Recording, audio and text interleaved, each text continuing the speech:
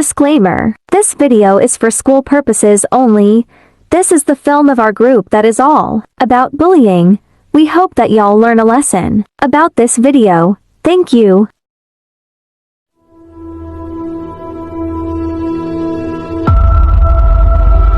Hoy, balita ko, hindi ka na nag-abay na ito sa mama ko. Ganun na ba kayo kahirap? Mahirap ka na, wala ka pang tatay. Walang tatay. Mahirap.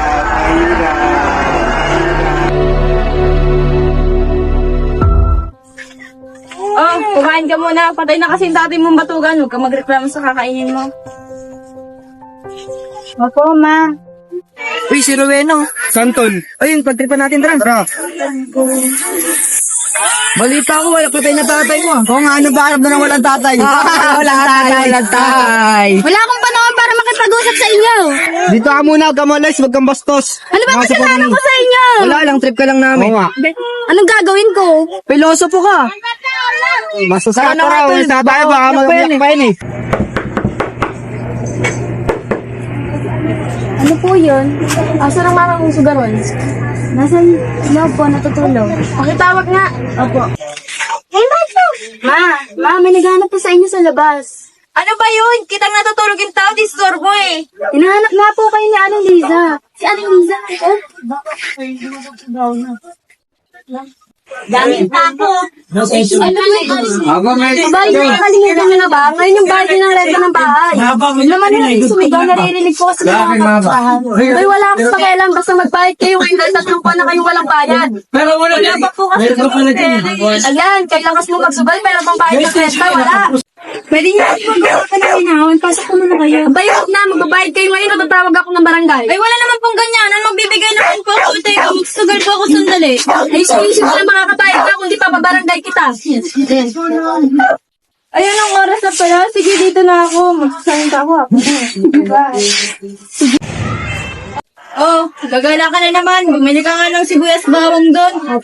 Opo, Nay.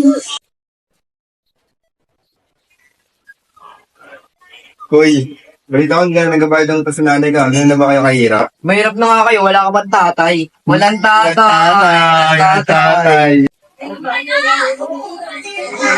Ay, nakalimutan ko magbabili ng toyo. Makapal. Si Rowena ba yun? Ay, si Rowena. Tatay, walang tatay. Ay, yung ginagawa sa mo. Kaya ka na papagtripan ang bagal-bagal mo eh. Bili mo na yung mga pinapapili ko sa'yo doon. Opo, Nay. Sino kaya yung batang yun? Rowena? Rowena! Alam pala itong bata, tumanda ka sa akin. Hoy, bata ka! Saan ka na nang pumupunta? Anong ginagawa mo dyan? Alam mo bang kanina pa kita hinahanap? Wala po ma, nagpapangin lang po ako dito. Ano ba yan ha? Umiiyak ka ba? Nag-emote ka na naman. Wala na nga tayo makain. Nagawa mo pang mag-emote. Wala po, ma. Uwi na po. Pinapagalitan na, tara. Tingnan natin. Huli natin, ganyan na pala, pinapagalitan na pala siya sa kanila. Kaya nga, nakakawa nga eh. Tol. Ano na naman kailangan niyo sa akin? Wala kaming balak gawing masama sa'yo. Gusto lang namin mansali sa mga pambubuling na luwa namin. Sorry kasi hindi namin alam na ganun pala ginagawa sa'yo ng nanay mo.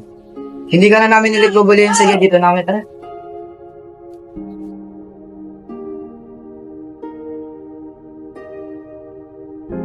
Masakit man para kay Rowena ang nangyari sa kanyang ama.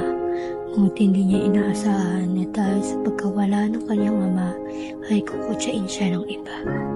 Nakatanggap man ng mga masakit na salita, ngunit hinayaan niya lamang ito dahil naisip niya na hindi na talaga mawawala ang mga ganitong klaseng tao. Pinatawag niya ang mga ito ng walang pagkailangan dahil wala naman na siya magagawa dahil nangyari na.